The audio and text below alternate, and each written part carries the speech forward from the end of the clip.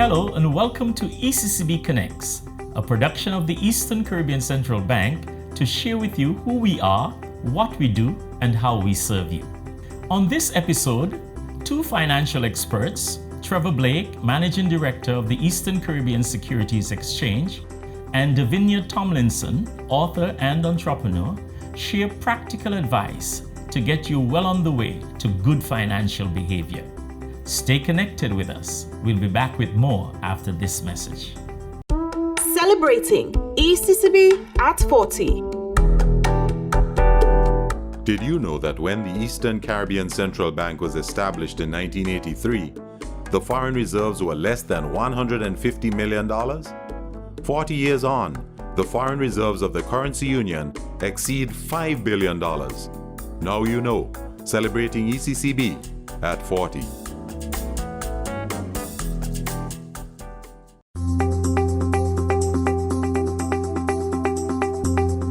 Welcome back. Good financial behavior was the topic of a live discussion held on 31st of October to mark the activities of Financial Information Month Festival 2023.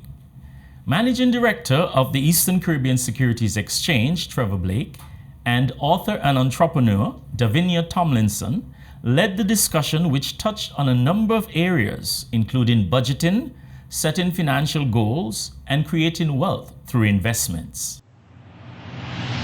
And so I really want people to get into the mindset of running their lives like a business. And we will see when we move to the next slide and we're talking about some of the different attributes of financial control. If you had to run a business and you are managing your cash flow, you're thinking about your profitability, you're thinking about your liquidity all of the time, we apply those principles to our personal lives. So the thing that I would stress at this juncture as well is that we want to be able to do this without judgment of ourselves, because I think money is a conversation that is fraught with emotion.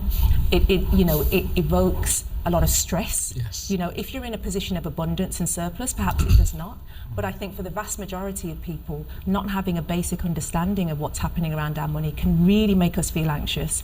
And so I'd encourage anybody that's listening and is thinking, actually I have no idea what's really going on with the money, to just do a basic ledger that says, on a weekly basis, how much did I spend and what was my income, and just track it. Wow. And then use that data to extrapolate, use it to be able to make some projections as to what might happen next week. Was I better off or was I worse off? Ultimately, what we are trying to do is to influence and optimize our decision making by using the data that we have. And so we don't want any judgment. We want to treat it as if we were talking kindly to our child or speaking kindly to our partner or our best friend, somebody that we really love, and that we are not going to attack them, we're not going to judge them. That's the same kindness and grace we want to afford ourselves. And so here is, we were talking about, what a ledger might look like. It doesn't have to be this pie, but this is just an example. So there is a commonly used framework called 50-30-20.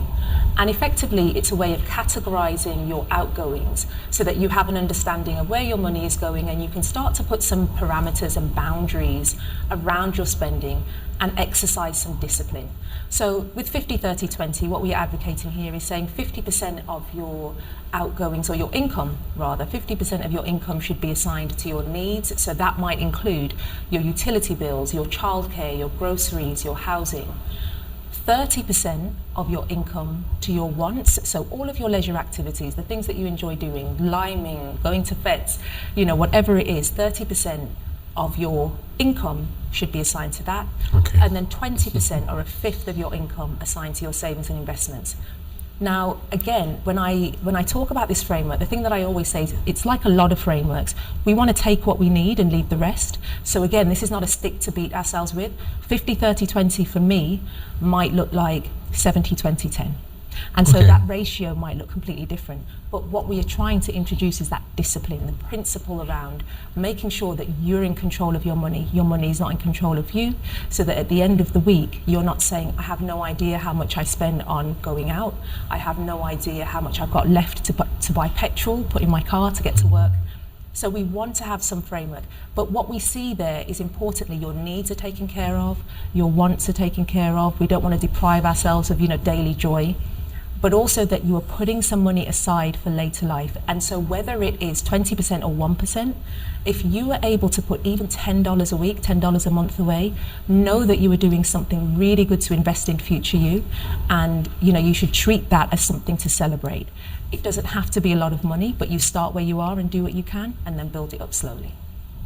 And so when we're thinking about financial control, again, the thing that I often discuss with my clients is the principle and the idea of being CEO of your own life. And so what does good financial control enable you to do? So scenario planning. So you're able to say, what does the best case scenario look like? If everything goes really well, there are no emergencies, there are no mishaps, I know that I'm going to earn this amount of money, and broadly speaking, my expenditure looks like this. What kinds of things can I now project and plan for? So can I take that holiday? Can I afford to change my car? What are some of the things that you might be able to afford to do there?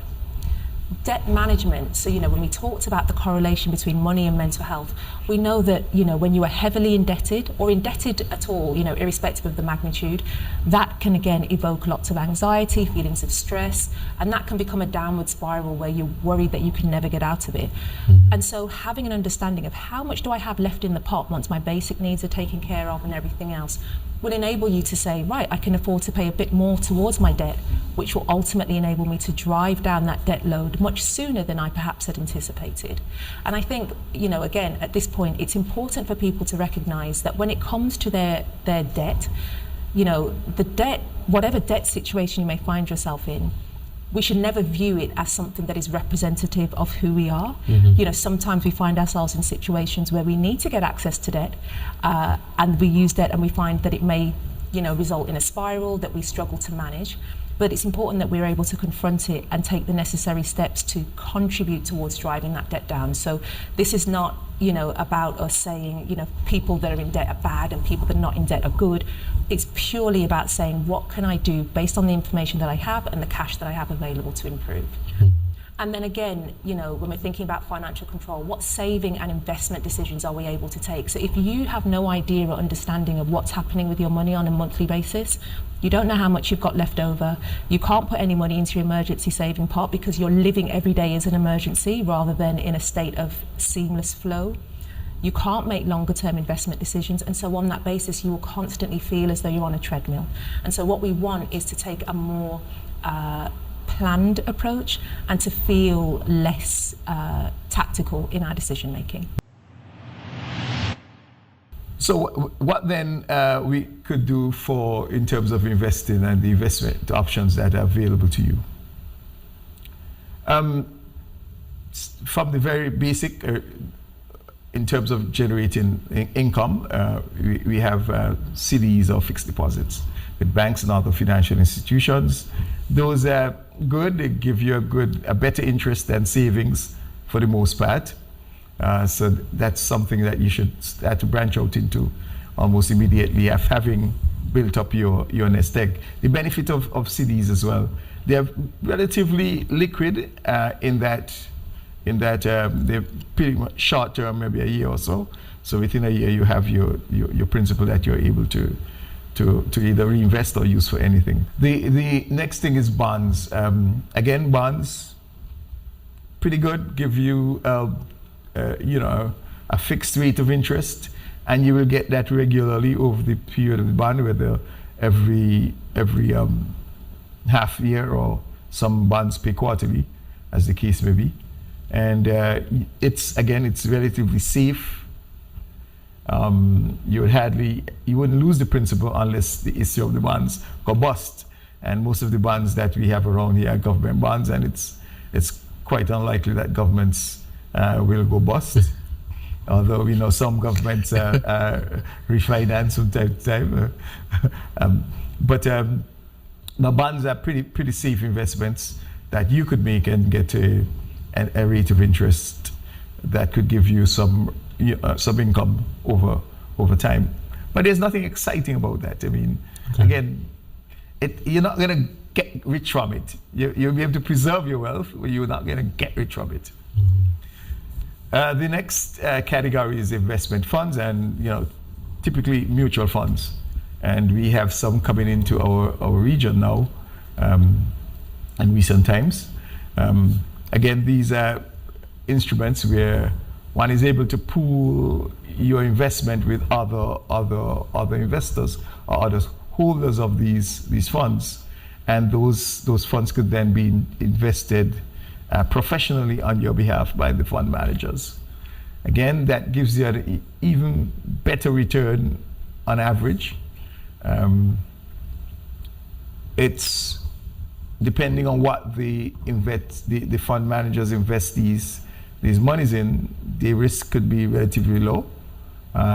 Presumably, they're professionally managed so that these managers have the skill to avoid much of the sort of very volatile instruments, so that you wouldn't have too much risk of capital loss. But again, not terribly exciting. You'll get a return. It's going to be, above what you'll get on the other forms of investment. But again, it's not gonna get you rich, so to speak. It's gonna help you to build, wealth, but it's not gonna be super. You're not gonna get any super returns from a mutual fund. So we go to the next category, which is equities, and these are shares in companies that are listed on an exchange. This is where I think there's great potential for capital gains and growing your investment. So I strongly recommend the investment in equities to those persons who are about creating wealth. The return on the investment in equities is twofold. There is the dividend, which is an income stream that you get on the equities. As the company makes profits, it declares a dividend and pays a dividend on its shares over time, and that again is good income. Those returns tend to be relatively high.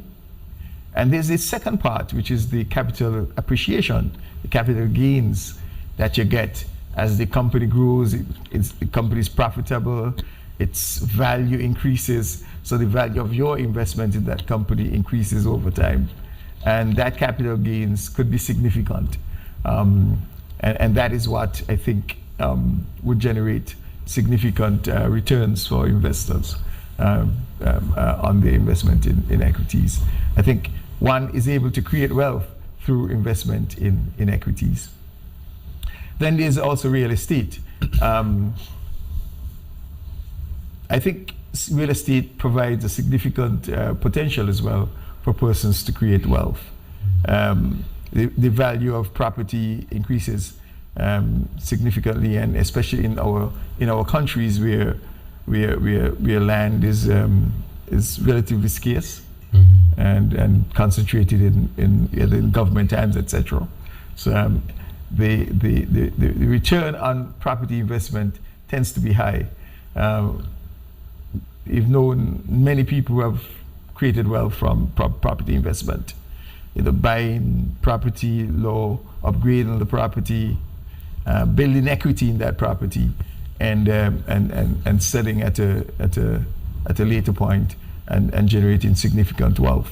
The question about renting or buying came up earlier in the conversation, and I would strongly encourage everybody to try to acquire a property, at least one property. Over time, you build equity in that property, and that property is a significant part of most householders' wealth.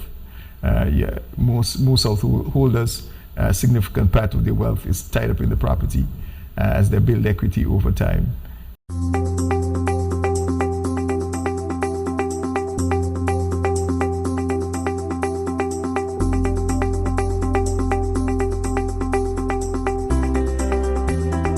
Celebrating ECCB at 40. Did you know that the ECCB is one of 4 multi-country central banks in the world? The others are the Bank of Central African States, Central Bank Curaçao and Saint Martin, and the European Central Bank. Now you know. Celebrating ECCB at 40.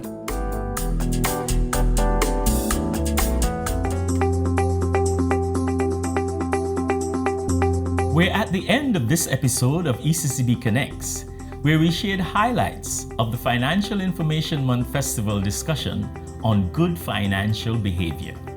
We hope that the tips and strategies shared by the experts will get you well on the way to becoming financially resilient and creating wealth.